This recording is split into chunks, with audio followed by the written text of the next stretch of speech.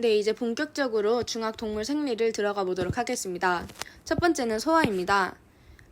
소화는 대충 입에서 갔다가 위로 가고 그 다음에 위에서 소장으로 가는데 이게 이제 이렇게 가는데 요 소장에서 되게 많은 소화효소들이 분비가 되는데 이 소화효소들이 어디서 오는지도 알아야 돼서 그게 어디서 온지는 여기다 정리를 했지만 이자와 간 쓸개에서는 소화가 되는 게 아니라 소화효소가 분비되거나 생성되는 거라고 알아야 됩니다. 알고 계셔야 됩니다. 일단 입에서는 어떤 게 소화가 되냐면 녹말이 입에 처음 들어왔을 때 침에 있는 아밀레이스라는 소화효소 때문에 엿당으로 분해가 되는데 이게 모든 녹말 분자들이 다 분해가 되는 게 아니라 몇몇 분자들만 아밀레이스의 영향을 받아서 엿당으로 분해가 됩니다. 엿당은 앞에서 말했듯이 이당류이고 얘는 다당류입니다. 그 다음은 위로 이렇게 가게 되는데요. 요 위에서는 단백질이 펩신이란 소화효소에 의해서 폴리펩타이드로 이제 분해가 됩니다. 이게 단백질과 폴리펩타이드가 같은 거라고 생각하실 수도 있는데 단백질은 3차원 폴리펩타이드가 3차원 구조를 이렇게 얽힌 거고 그게 폴리펩타이드로 더 이렇게 좀 단순화됐다고 생각하셔도 됩니다. 일단 이 위에는 또 이 염산이라고 하는 위산도 있는데 이게 살균 작용을 도와줘서 저희가 음식을 먹었을 때 그게 세균이 없는 게 아니잖아요. 그래서 위를 통해서 이제 세균을 다 죽여주는 그런 작용도 하게 됩니다. 그 다음으로는 바로 이 소장으로 가는데 이 소장의 처음 부분을 12지장이라고 부르게 됩니다. 이 12지장에는 여러 가지 소화효소가 분배가 되는데 일단 첫 번째로 이자에서 나오는 소화효소들을 살펴보겠습니다. 이 이자가 중요한 이유는 탄수화물, 단백질, 그리고 지방을 분해하는 세 가지 소화효소가 다 나오기 때문인데요. 녹말, 즉 탄수화물 먼저 살펴보자면 여기에서 다 분해가 안 됐다고 했는데 그래서 여기서 더 분해를 해줍니다. 똑같은 소화효소를 이용해서 이당류, 즉 엿당으로 분해를 합니다. 그 다음은 단백질을 분해를 하게 되는데요. 이 폴리펩타이드를 앞에서 이렇게 분해를 해줬었죠. 이 폴리펩타이드를 트립신이라는 소화효소로 트라이펩타이드 그리고 다이펩타이드로 이렇게 분해를 해주게 됩니다. 그 다음은 지방입니다. 지방은 라이페이스라는 거로 이제 지방산과 모노글리세리드 저번에 말했던 이렇게 생긴 애와 그리고 이거 두 개 이렇게 나눠지게 됩니다. 그 다음은 간입니다. 간에서는 소화효소가 분비되는 게 아니라 소화효소가 만들어지게 되는데요. 간에서 쓸개즙이라는 얘가 사실 소화효소라고 부르지는 않는다고 알고 있습니다. 얘는 소화를 도와주는 애라서 소화액으로 알고 계시면 될 것 같고요. 간에서 소화액인 쓸개즙이 만들어지고 그 다음에 쓸개에 저장이 돼서 쓸개에서 여기에 안 나타나 있긴 하는데 이 쓸개가 12지장과 연결이 돼 있어서 12지장에다가 분비를 하게 됩니다. 그래서 지방이 이렇게 뭉탱이로 뭉쳐져 있으면 이게 물로 분해가 되는 게 아니잖아요.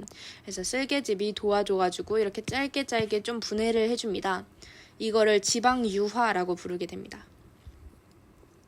그래서 담낭증이라고 하는 질병이 있는데 이게 담낭증이 요 쓸개가 막혀버리는 건데 그렇게 되면 요 쓸개즙이 못 나오게 되면서 지방 유화가 못 이루어지게 되는데 그러면 지방의 소화가 잘 이루어지지 않아서 그 담낭증을 이제 진단받은 사람은 지방을 좀 덜 먹으라고 이제 진단을 받게 됩니다. 그 다음은 요 소장인데 요 소장에서는 12지장에서 요 쓸개즙과 그리고 요 세 개의 소화효소 말고도 소장만의 이제 소화액이 있는데 엿당을 포도당으로 마지막 단계죠. 포도당으로 바꿔주는 말테이스가 있고 그리고 트라이다이펩타이드를 이제 아미노산으로 마지막 단계로 바꿔주는 펩티데이스가 있습니다. 이게 좀 복잡한 과정이라서 요런 그림을 좀 많이 참고하시면 좋을 것 같습니다. 다음은 이 영양소들을 분해를 살펴본 후에 이게 어떻게 저희 몸에 흡수가 되는지를 살펴보는데요. 여기에서 아까 전에 소장까지 이제 갔었잖아요. 그러면 이 소장의 융털이라고 하는 소장이 어떻게 이루어져 있냐면 이런 작은 애들이 엄청나게 많습니다. 그게 이제 표면적을 넓히기 위해서, 그러니까 많은 영양소들을 한꺼번에 이제 흡수하기 위해서, 효율을 높이기 위해서 있는 겁니다.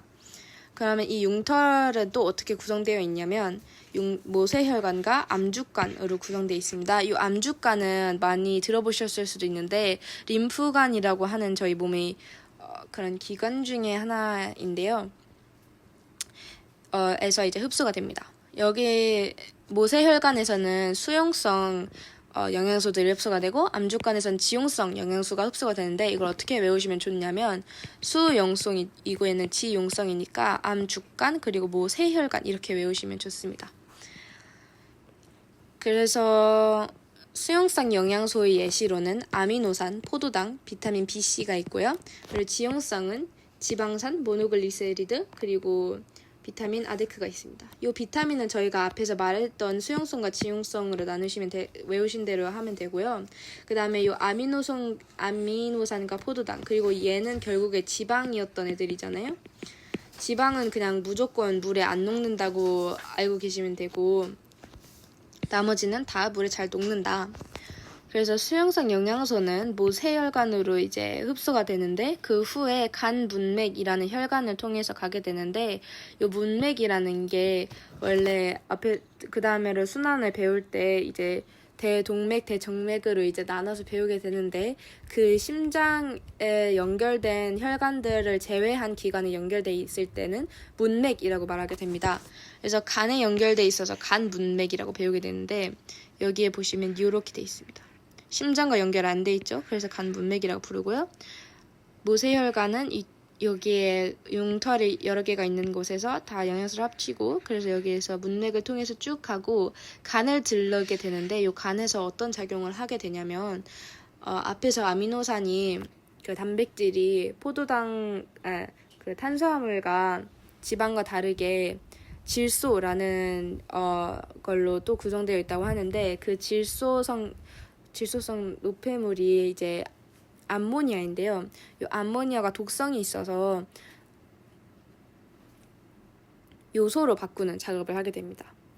그 다음에 모든 건 다 심장으로 이렇게 연결이 되는데 그 다음에는 간 정맥. 간에서 오는데 심장으로 들어가는 거잖아요. 그래서 정맥이라고 부르게 되는데 이거 외우는 거는 순환계에서 다시 보도록 하겠습니다.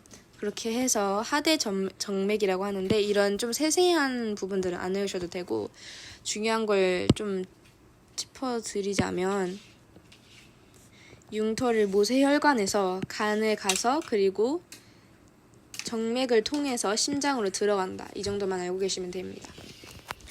그래서 그 다음에는 이제 온몸으로 퍼지게 되겠죠. 심장은 이제 온몸으로 연결되어 있으니까. 그 다음에 지용성 영양소입니다. 지용성 영양소는 암주관에서 림프관으로 가게 되는데 이 암주관이 아까 전에 림프관의 일종이라고 했는데 그래서 림프관으로 연결되는데요. 이렇게 해서 림프관을 통해서 쭉 지나서 가슴 림프관이라고 하는 데가 있어요. 저희 이제 가슴 위쪽을 이렇게 만져보면 엄청 큰 림프관이 있는데 거기를 지나서 빗장 및 정맥으로 가게 됩니다. 그 다음에 빗장 및 정맥에서 상대 정맥인데 이것도 모르셔도 되고 그래서 심장으로 가서 온몸으로 퍼지게 됩니다. 요런 세세한 부분들은 또 읽어보시면 될 것 같고요. 이렇게 해서 소장에서 흡수를 하고 또 대장은 뭐 왜 있냐 이렇게 궁금해 하실 수도 있으니까 대장에서는 찌꺼기들이 가기도 하는데 여기에서는 물을 흡수하기도 하고요. 그래서 남은 물질들은 찌꺼기 그것 대변으로 이제 배출을 하게 됩니다. 얘는 배설과 좀 다르다는 부분을 알고 계셔야 되고요. 다음은 딱 순환계입니다. 여기에서 순환계가 결국 어떤 이제 몸에 있는 여러 가지 영양소나 물질들을 온몸에 순환을 하게 되는 건데 그 순환을 어떻게 하냐 혈액에 담아서 하게 되죠. 혈액은 두 가지로 나누게 되는데 이게 원심 분리기를 이용해서 더 무거운 거는 아래로 가라앉고 더 가벼운 거는 위로 올라가게 되는데요. 더 무거운 거는 혈구 그리고 더 가벼운 건 혈장입니다. 혈장이 조금 더 양이 많아요. 혈구가 더 중요한데 혈구에는 적혈구, 백혈구, 그리고 혈소판이 있습니다. 다 이렇게 생겼고 얘들 많이 들어보셨을 것 같은데 얘가 순환을 이제 도와주는 약간 세포들이라고 보시면 됩니다. 여기에 특성들을 이렇게 쭉 정리를 해놨는데 적혈구는 일단은 수가 제일 가장 많고요. 무핵, 즉 핵이 없습니다. 여기 파져 있는 것도 원래는 그냥 세포였다가 성숙하면서 여기 중앙에 있던 핵이 빠져나가면서 파지게 되는 겁니다. 그래서 무핵인데 이게 또 적혈구에 딱 알맞는 이유가 얘가 O2를 운반한다고 많이들 알고 계시잖아요. 그래서 이 O2를 운반하는데 그때 O2를 핵이 사용해서 자기 혼자서 자기의 물질 대사를 사용하게 되면은 그럼 저희 몸한테는 불리한 입장이 되니까 그래서 무핵이라고 외우셨습니다. 그리고 O2뿐만 아니라 CO2라는 기체도 이제 이산화탄소도 운반하게 됩니다. 요거는 헤모글로빈을 가지고 있기 때문에 운반할 수 있는 겁니다. 그 다음은 백혈구입니다. 백혈구는 가장 수가 제일 작은데 제일 몸집이 좀 큰 애입니다. 그리고 얘는 이렇게 표시가 되어 있는데 얘가 사실 핵입니다. 얘는 핵이 있는데 또 핵이 되게 많아요. 그리고 이거 수가 작긴 작은데 세균 감염 시에는 이게 수가 되게 기하급수적으로 늘게 되는데 그 이유가 얘가 식균 작용이라고 해서 균을 균을 없애주는 그런 역할을 하는 애이기 때문입니다. 근데 얘가 식균 작용을 어떻게 하냐면 아메바 운동이라고 좀 모양이 일정하지 않게 움직이면서 이렇게 있던 애가 세균을 발견했을 때 이렇게 되면서 여기 세균이 이렇게 있으면 이렇게 먹어버리면서 이제 그래서 모양이 일정하지 않습니다. 그 다음에 혈소판은 이렇게 조각조각이 있는데 얘가 원래 더 큰 세포에서 이렇게 작은 세포들을 갈라져서 있습니다. 그리고 얘는 큰 세포에서 이렇게 된 거기 때문에 무핵이고요. 그리고 얘도 모양이 일정하지 않고 혈액 응고를 하는데 도와줍니다. 그래서 만약 시험에서 그래프가 나왔는데 혈소판이 보통 일반 사람보다 더 적다? 그러면 혈액 응고가 잘 안 되는 사람이다 라고 보시면 됩니다. 혈장은 대부분 다 물로 이루어져 있고요. 물에다가 효소, 호르몬, 항체 등 같은 물질들이 담겨 있습니다. 그래서 얘가 이제 또 O2, CO2 뭐 이런 게 아닐 때 운반을 해주게 되고요. 그리고 물이 아까 전에 비열이 높다고 했잖아요. 이것도 체온 유지를 도와주기 때문입니다. 도와줍니다. 그 다음은 심장입니다. 이 심장이 이제 순환을 해주는데 되게 모양이 좀 복잡해 보일 수도 있는데 일단 처음 시작은 좌심실로 잡으면 됩니다. 좌심실에서 특히 일단 먼저 설명을 하고 저기 다른 특징들을 설명드리도록 하겠습니다. 요 좌심실에서 처음에 이제 펌핑을 해서 여기에 있던 혈액들을 슉 위로 올려서 대동맥으로 여기 나가게 되고요. 쭉 가서 여기를 또 설명해 드리자면 여기에서 좌심실에서 쭉 나가서 온몸의 조직 세포를 먼저 돌게 되고요. 그 후에 여기에서 이제 기체 교환을 하게 되는데 산소와 영양소 같은 것들은 몸에게 주고 그리고 나머지 좀 안 좋은 것들 이산화탄소와 노폐물을 다시 받아서 옵니다.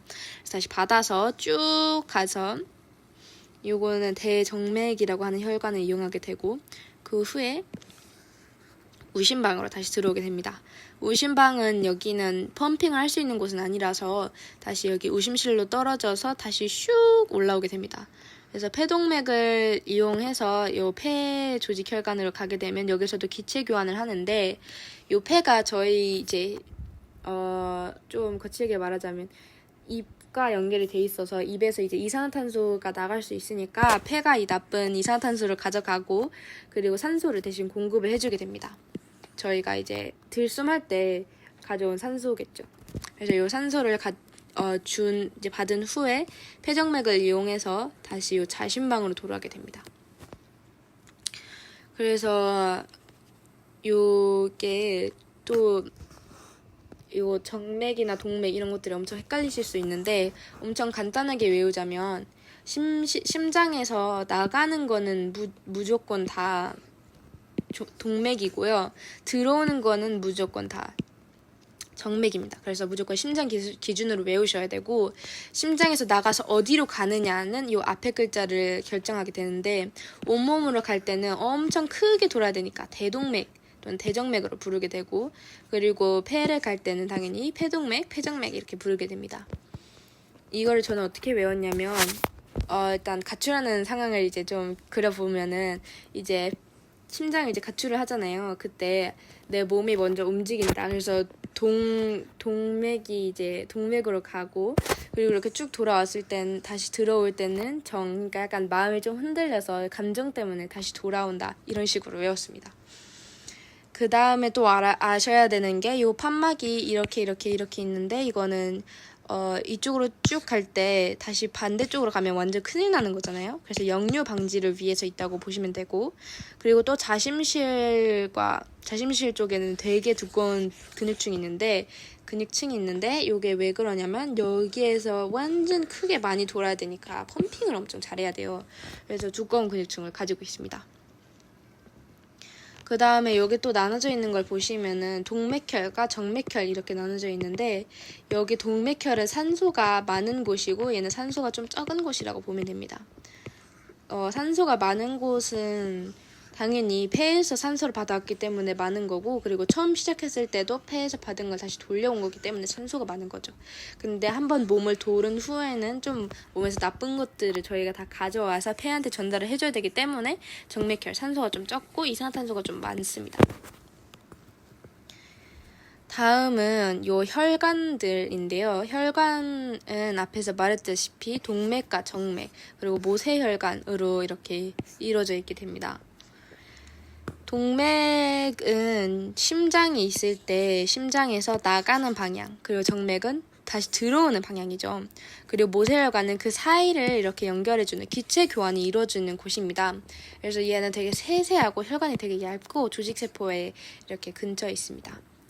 그래서 요 1번 동맥을 먼저 살펴보자면 아주 높은 혈압을 잘 견딥니다. 심장이 펌핑을 잘하잖아요. 그래서 펌핑을 통해서 바로 이제 동맥으로 가게 되다 보니까 높은 혈압을 잘 견뎌야 됩니다. 그것 때문에 이제 혈관벽이 두껍게 되고요. 탄력도 되게 높습니다. 그리고 동정맥을 연결해주는 요 모세혈관은 한 겹의 세포층으로 이루어져 있게 되는데, 이유는 물질 교환을 잘해야 되니까 물질 교환을 하는 조직세포와의 벽이 두꺼우면 안 되잖아요. 그래서 되게 벽이 이제 얇은 한 겹의 세포층으로 해서 물질 교환이 잘 이루어지도록 합니다. 그다음에 세 번째, 정맥은 판막이 있는데 이게 역류를 방지하기 위해서이기도 하고, 그리고 여기 조직세포를 한번 돌았기 때문에 펌핑 파워가 좀 떨어졌어요, 여기에서. 그래서 요거를 지나가는데 좀 도움을 주기 위해서 이기도 합니다. 그리고 또 얘가 탄력이 떨어졌잖아요. 여기에서 파워가 부족해서 비실비실하면서 가니까 옆에 있는 골격근, 즉 근육들이 수축해주는 힘이 필요합니다. 그래서 이거 같은 경우에는 시험에서 시험 또는 문제에서 어떻게 잘 나오냐면, 종아리 근육 같은 경우에 이렇게 있을 때 여기에서 다시 심장으로 올라가야 되는데 골격근 수축을 잘 안 해주고 계속 오래 서 있게 되면은 살짝 어지러운 느낌이 들게 되는데,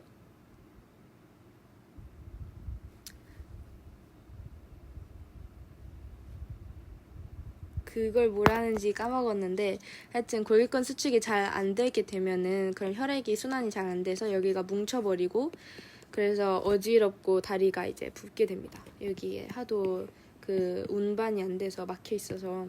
그래서 요거를 이렇게 해서 움직여 주면서 혈액 순환을 해준다, 뭐 이런 식으로 시험에 나오는 것도 봤습니다. 그 다음에는 호흡입니다.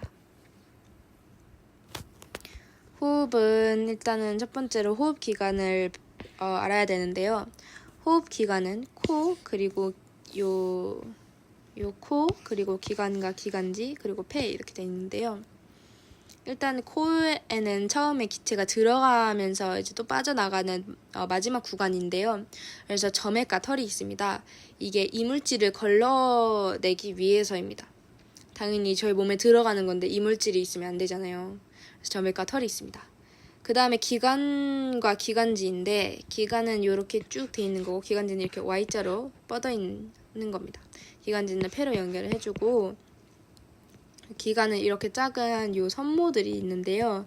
이게 세균이 있을 때 이렇게 막아주면서 노젓기 운동이라는 걸 해서 세균을 이렇게 방출하게 됩니다. 이거는 그냥 좀 약간 알고 계시면 될 것 같고요. 그 다음에 폐는 폐포로, 엄청나게 많은 폐포로 이루어져 있는데, 이 폐포가 모세혈관으로 둘러싸여 있어서 기체 교환을 할 때 이제 모세혈관으로 이제 보내주거나 모세혈관에서 받는 그런 걸 하게 됩니다. 그리고 얘가 외부 공기, 들어오는 공기 또는 들어오는 공기에다가 많이 접촉을 해야 되니까 표면적을 넓히기 위해서 좀 이렇게 징그럽게 동그라미 되어 있습니다. 저희 몸에서 뭐든지 뭔가 엄청 많고 징그러운 것들은 다 이제 표면적을 넓히기 위해서라고 외우셔도 됩니다. 그 다음은 호흡 운동인데, 호흡 운동에서 알아야 될 거는 폐가 근육이 없어서 그래서 가로막 또는 횡격막이라고 부르는 판과 그리고 갈비뼈가 운동을 해줌으로써 호흡이 된다는 겁니다. 들숨을 들숨을 해보면 이렇게 하면 가슴이 팽창해지는 게 느껴지는데, 여기에서 당연히 산소가 들어오기 때문에 당연히 부피가 더 커져야 되겠죠. 그래서 횡격막이 수축을 하면서 공간을 더 만들어주고, 그리고 갈비뼈가 횡격막이 수축을 했기 때문에 갈비뼈가 올라가게 됩니다. 그래서 결국에는 좀 어떻게 보시면 되냐면, 갈비뼈가 올라가고 횡격막이 내려가면서 공간을 더 마련해주고, 그리고 날숨일 때는 갈비뼈가 내려가고 그리고 횡격막이 올라가면서 공간이 더 좁아지면서 이제 기체가 나가게 되는 겁니다. 그래서 날숨을 다시 후 하고 내쉬어보면 가슴이 축소되는 게 느껴지죠. 그래서 요거는 좀 더 이제 좀 심화된 건데, 이제 압력이라는 것까지 이제 하게 되면은, 얘는 들숨을 이제 하게 되면은 요 흉강이 결국 그 폐를 좀 둘러싸고 있는 그런 거라고 보시면 되는데, 요 흉강의 압력은 이렇게 하게 됐을 때 부피가, 흉강은 늘어나기 때문에 압력은 줄어들고요. 그리고 후 하고서는 내쉬었을 때는 부피가 줄어들기 때문에 올라갑니다. 폐포도 비슷하다고 보시면 되고요. 이렇게 그래프로 정리를 해놨으니까 이대로 암기를 해주시면 될 것 같습니다. 그리고 기체 교환은 외호흡과 내호흡으로 나뉘게 되는데, 요게 폐포에서 모세혈관, 둘러싸인 모세혈관, 그리고 모세혈관에서 조직세포 이렇게 돼 있는데, 폐포에서 막 들어온 기체와 모세혈관이 이제 기체 교환을 할 때는 외호흡이라고 부르게 되고요. 그리고 그렇게 기체 교환을 한 후에 요 모세혈관과 조직세포가 할 때는 내호흡이라고 부르게 됩니다. 이렇게 교환하는 거는 다 확산을 통해서 이루어지는데, 이 확산이 결국 농도 차이를 이용한 수동수성, 그러니까 가만히 에너지 없이 있어도 그냥 이루어지는 교환이라고 보시면 됩니다. 그래서 요 외호흡 같은 경우에는 폐포에서 이제 막 했을 때 들어온 산소가 모세혈관에게 전달이 되고, 그리고 CO2, 그러니까 이산화탄소, 모세혈관이 가지고 있던 CO2가 이제 폐포로 들어가게 되는데, 이 O2는 또 어디로 전달되냐면 조직세포로 전달되고, 이 CO2는 어디서 왔냐 하면 조직세포가 모세혈관에서, 모세혈관이 폐포로 전달을 한 겁니다. 그리고 CO2는 나중에 배울 테지만 세포호흡을 하면서 발생하게 되는 그런 부산물이라고 보시면 됩니다.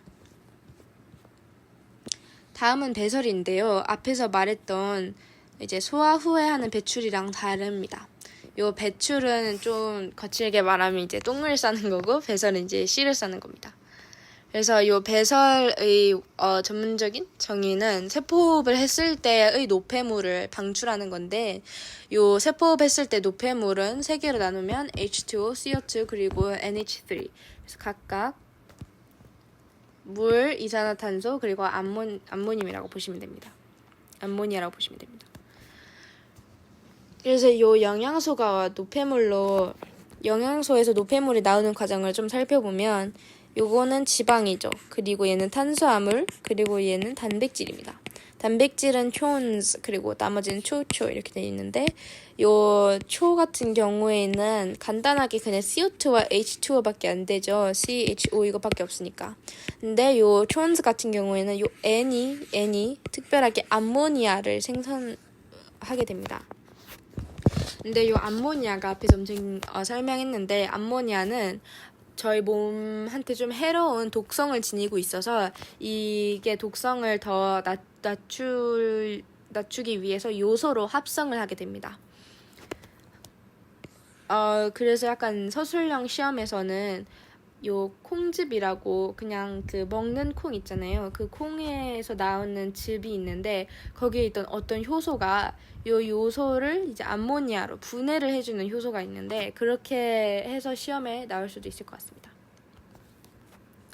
좀 심화해서 나오자면 그렇게 나올 수도 있을 것 같고 그래서 대부분 피부는 얘기를 잘 안 하는데 요 폐부터 보자면 저희가 다 알다시피 요 CO2와 H2O 이렇게 나가게 되고 요 H2O는 물로 나오는 게 아니 그 수증기로 나오게 됩니다. 그래서 날숨 쉴 때 나오게 되고요.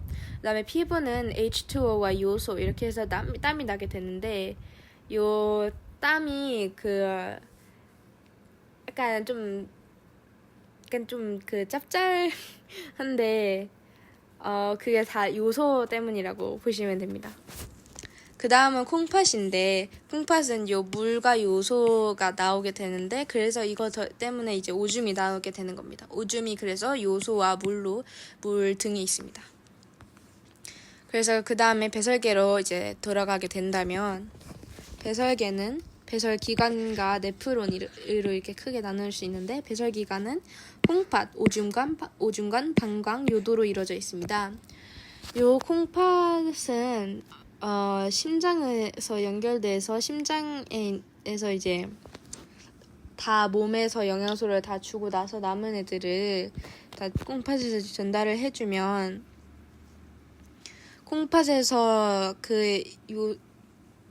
그걸 또 이제 배설 과정에서 보게 되겠죠. 근데 이 콩팥이 어떻게 이루어져 있냐면 콩팥 겉질과 속질 그리고 콩팥 깔때기라는 게 있고 이거가 이제 네프론 많은 이게 되게 이 구조가 엄청 많은데 이렇게 많은 걸로 이루어져 있게 됩니다. 네프론의 구조를 설명하자면 보먼주머니, 사고체, 세뇨관으로 이루어져 있습니다. 얘는 각각 그 활동을 하게 되는데 이거를 이제 배설 과정에서 보시면 됩니다. 그 전에 이제 콩팥 동맥에서 심장에서 돌고 남은 애들이 오게 되면 이 보문주머니에서 이렇게 갔다가 사고체를 가고 보문주머니에 있다가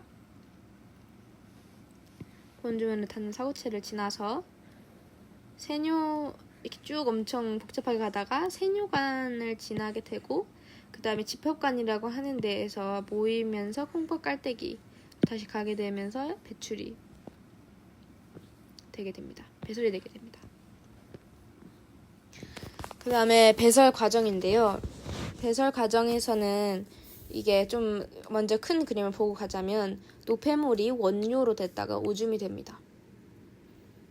그래서 요 그림만 진짜 그냥 요 그림만 외우시면 되는데 일단은 맨 첫 번째 과정은 요 동맥에서 쭉 가다가 여과가 먼저 되게 되는데 이게 사고체에서 여과가 됩니다. 요 여과가 될 때는 여과가 되는 애들을 여과액을 부르고 그리고 원료라고 하는데 여과가 된다는 거는 좀 그 큰 애들을 빼낸다라는 걸로 보시면 되는데 혈구나 단백질 그러니까 효소 호르몬 같은 것들을 빼고 그리고 지방도 큰 애들인데 얘들을 빼낸다고 보시면 됩니다. 근데 당연히 아미노산이나 모노글리세리드와 지방산 이런 애들은 여과액이 되게 됩니다. 단백질은 아미노산이 여러 개가 합친 큰 분자고 지방도 이제 모노글리세리드와 지방산 두 개가 합쳐진 여러 개가 있는 큰 분자다 보니까 걸러지게 되는 겁니다. 그 후에 재흡수 과정을 거치게 되는데 요 세뇨관을 통해서 쭉 가다 보면은 요거를 둘러싼 모세혈관에서 재흡수를 하고 요 재흡수되는 애들은 당연히 다시 몸으로 가게 되는데요. 그래서 좋은 영양소들만 흡수하게 됩니다. 포도당이랑 아미노산 이런 애들은 저희가 이용할 수 있는 영양소잖아요. 그래서 100% 다 재흡수를 하게 됩니다. 얘네는 능동수성이라고 되어 있는데 이 능동수성이라는 거는 저희가 에너지를 써서 수성을 하는 겁니다.